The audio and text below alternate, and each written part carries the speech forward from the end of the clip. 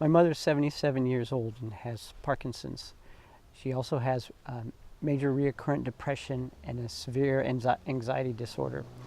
Because of her extreme anxiety disorder, she has a tendency to fly off in a panic and be subject to panic attacks.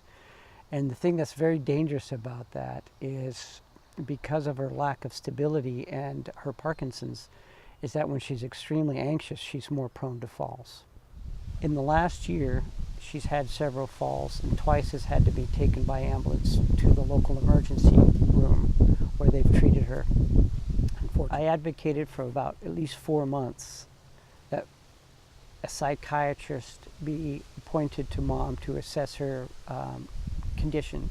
At that point, I felt that she was suffering from depression, and I was seeing her becoming more and more anxious. It took that time period for her to finally be seen by a psychiatrist in Ventura, whose immediate assessment was that she had chronic recurrent depression and severe anxiety disorder, and it put her on medication that first visit. This was also the psychiatrist that unfortunately resigned a month and a half later. And when that occurred, she was being put on a 3 to 4 month wait list.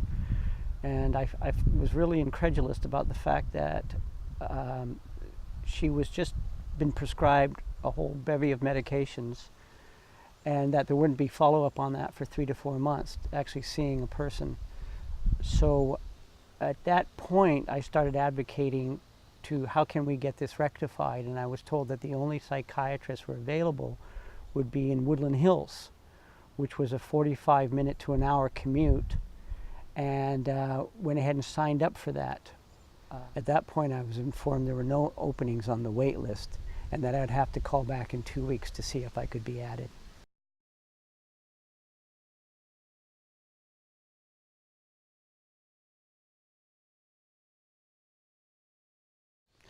In 2 weeks, I was called back and had to go through a circuitous process of being transferred from one department to another, having the call dropped, having to call back again, having the person look up the medical records, having the person tell me that we'd call back at that point to see what the doctor's schedule would allow to be added to. And were you able to see the psychiatrist again? At this point, we're still on the wait list, and it's been 2 months since the last visit. Since the first psychiatrist resigned, it's been approximately 6 months, and we've seen a follow-up psychiatric visit twice. My mother's condition is worsening. My concern is that I would like her to have some sort of quality of life while she's still with us.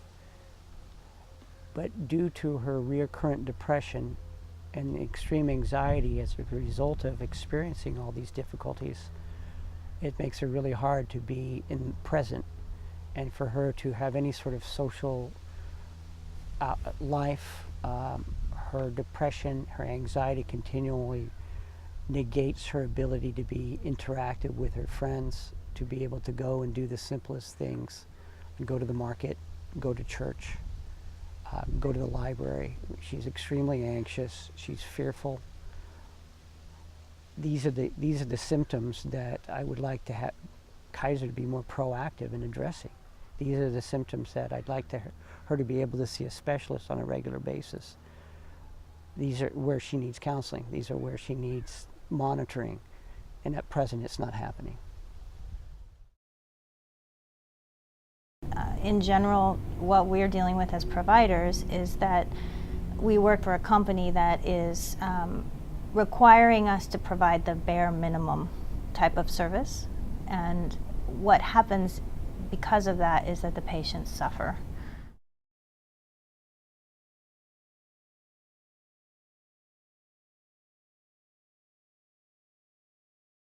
We end up with people who perhaps could get well faster, but don't have that option because our services are so impacted that we're forced to have weeks and sometimes months between return appointments. And in general, most of us feel that we're not able to provide the kind of services that we were trained to provide.